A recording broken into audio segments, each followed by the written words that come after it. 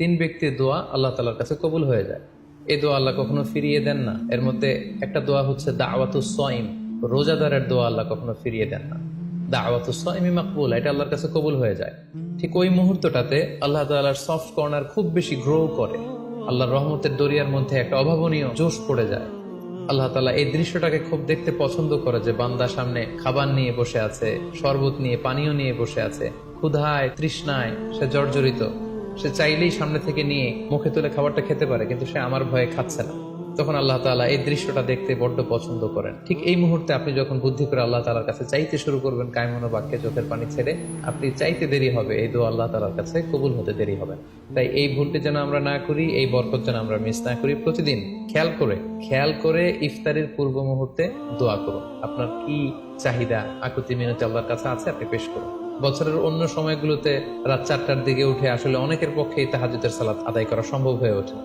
যেহেতু রমাদানুল মুবারকে সাহারি খাওয়ার জন্য আমাদেরকে উঠতেই হচ্ছে, সাহারি খাওয়ার পরে আপনি ওযু করে আপনার সুবিধা মতো 2 রাকাত 4 রাকাত তাহাজ্জুদের সালাত আপনি আদায় করুন। তাহাজ্জুদের সালাতে সিজদায় পড়ে আপনি আল্লাহ তাআলার কাছে আপনার মনের আকুতি আপনি তুলে ধরুন।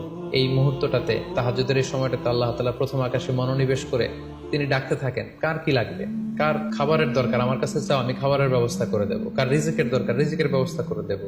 কার সফলতা দরকার, আমি আল্লাহ তাআলা সফলতা দেওয়ার মালিক, আমি সফলতার ব্যবস্থা করে দেবো।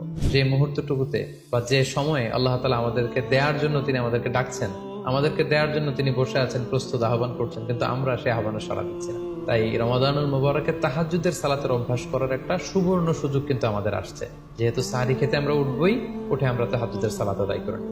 রমাদানুল মুবারকের মূল আকর্ষণ হচ্ছে রমাদানুল মুবারকের শেষ দশকে, অর্থাৎ রমাদানের কদরের রাতগুলো হচ্ছে লাস্ট 10 days অফ রমাদানে। আল্লাহ রাসূল সাল্লাল্লাহু আলাইহি ওয়াসাল্লাম ইরশাদ করেছেন, ফালতামিসু ফিল আশরিল আওয়াখিরি মিনাল বিতর, রমাদানের শেষ দশকের বেজর রাত্রিগুলোতে তোমরা কদরের রাত তালাশ করো। তাই আপনারা যখন প্ল্যান করতে বসবেন, এখনই ক্যালেন্ডার সামনে নিয়ে রমজানের শেষ দশক কত তারিখ থেকে কত তারিখ পরে প্ল্যান করে নিন, এবং অড নাইটগুলো, বেজর রাত্রিগুলো কোন কোন রাত্রিগুলো হতে পারে এখনই প্ল্যান করে নিন।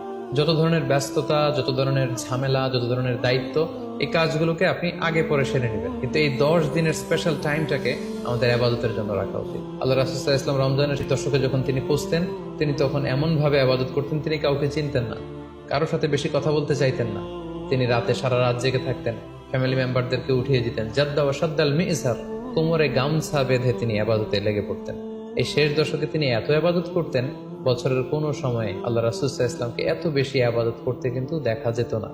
তাই এই শেষ দশকের বেজর রাত্রিগুলো যেন আমরা মিস না করি, এবং শুধু 27 রমজানে আমরা কদর হিসেবে পালন করব, ব্যাপারটা যেন এমন না হয়ে যায়।